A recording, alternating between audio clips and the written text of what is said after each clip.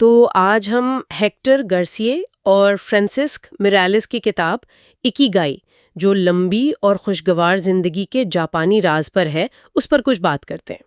اس کا جو مرکزی خیال ہے اکیگائی یعنی آپ کی جینے کی وجہ۔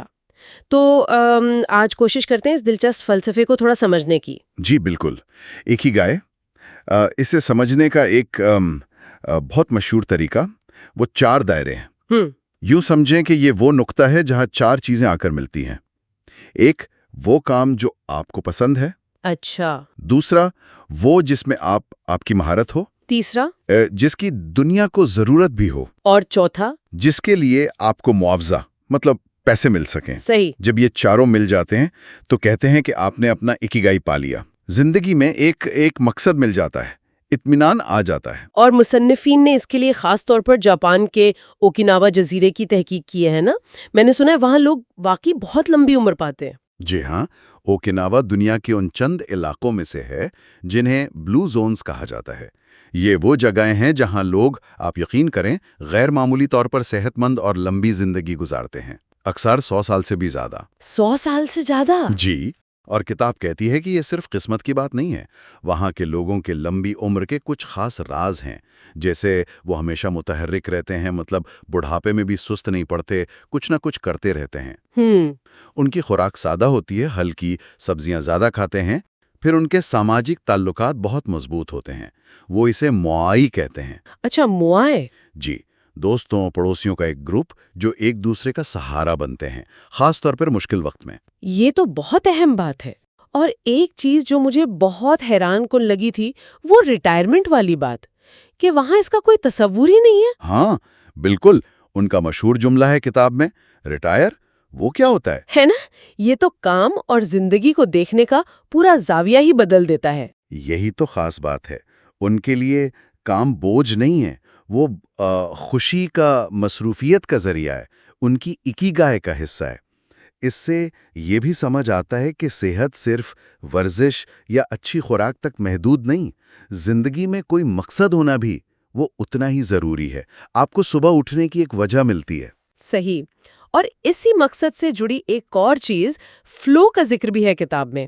یہ فلو کیا ہے؟ فلو وہ ایک کیفیت ہے جب آپ کسی کام میں اتنے کھو جاتے ہیں کہ آپ کو وقت کا احساس ہی نہیں رہتا، آپ پوری طرح سے بس اسی لمحے میں ہوتے ہیں۔ اچھا۔ یہ اکثر تب ہوتا ہے جب آپ کوئی ایسا کام کر رہے ہوں جو آپ کے لیے چیلنجنگ بھی ہو لیکن آپ کی مہارت کے مطابق بھی ہو۔ کتاب کہتی ہے کہ یہ فلو محسوس کرنا ایک طرح کی نشانی ہے کہ آپ اپنے اکیگائی کے قریب ہیں، کیونکہ آپ وہ کام کر رہے ہیں جو آپ کو قدرتی طور پر خوشی اور اطمینان دیتا ہے۔ یہ فلو کا خیال تو بہت اچھا ہے، لیکن کیا آج کل کی جو تیز رفتار زندگی ہے، اتنی ڈسٹریکشنز ہیں، اس میں یہ کیفیت پانا مشکل نہیں ہو گیا؟ مشکل تو ہے، بالکل ہے، لیکن ناممکن نہیں۔ اور فلو ضروری نہیں کہ گھنٹوں کا ہو، یہ چھوٹی چھوٹی چیزوں میں بھی مل سکتا ہے۔ اور یہ یاد رکھنا بھی ضروری ہے کہ اکیگائی ہمیشہ کوئی بہت بڑا، کوئی پروفیشنل قسم کا مقصد نہیں ہوتا۔ ہاں، یہ اہم نکتہ ہے۔ کسی کے لیے باغبانی کرنا اکیگائی ہو سکتا ہے، کسی کے لیے اپنے بچوں یا پوتوں پوتیوں کے ساتھ وقت گزارنا، لکھنا، پینٹنگ کرنا، یا بس کسی کی مدد کر دینا۔ اہم یہ ہے کہ وہ کام آپ کے لیے معنی رکھتا ہو۔ تو اگر کسی کو اپنا اکیگائی تلاش کرنا ہو تو کتاب کیا کہتی ہے؟ وہ کون سے 4 سوال ہیں جن کا آپ نے شروع میں ذکر کیا تھا؟ جی، کتاب کہتی ہے خود سے یہ 4 بنیادی سوال پوچھیں۔ پہلا، مجھے کیا کرنا پسند ہے؟ میرا شوق کیا ہے؟ دوسرا، میں کس کام میں اچھا ہوں؟ میری مہارت کیا ہے؟ تیسرا، دنیا کو ایسی کیا ضرورت ہے جو میں پورا کر سکتا ہوں؟ اور چوتھا، مجھے کس کام کے پیسے مل سکتے ہیں؟ ٹھیک ہے۔ ان 4 سوالوں کا جواب جہاں آ کر مل جائے وہ جگہ آپ کی اکیگائی ہے، اور یہ ضروری نہیں کہ فوراً مل جائے، یہ ایک سفر ہے، تلاش ہے۔ تو یہ 4 سوال ہمیں اپنا وہ وہ مرکز تلاش کرنے میں مدد دیتے ہیں۔ لیکن کتاب میں یہ بھی ہے کہ اس مرکز کو پانے اور قائم رکھنے کے لیے روزمرہ کی کچھ عادتیں بھی ضروری ہیں۔ ٹھیک کہا نا؟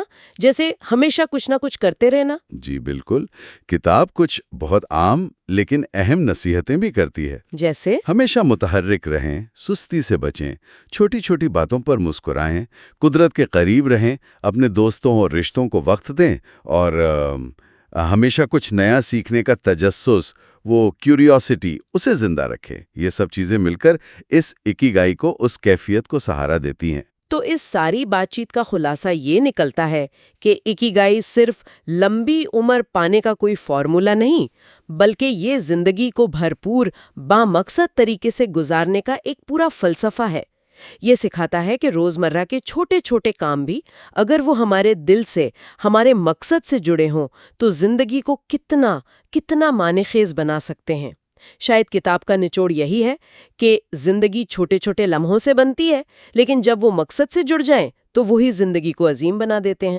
جی بہت خوبصورت بات ہے، اور شاید سننے والوں کے لیے ایک چھوٹی سی سوچ، ایک سوال چھوڑا جا سکتا ہے کہ اگر اوکیناوا کے لوگوں کے ان اصولوں میں سے صرف ایک کو بھی، جیسے روزمرہ کے کاموں میں فلو تلاش کرنا، یا اپنے قریبی رشتوں کو وقت دینا، یا بس یہ پہچاننا کہ آپ کو اصل میں پسند کیا ہے، اگر ان میں سے کسی ایک کو بھی اپنی زندگی میں شامل کرنے کی کوشش کی جائے تو اس سے روزمرہ کے تجربے اور زندگی کو دیکھنے کے مجموعی نظریے پر کیا فرق پڑ سکتا ہے؟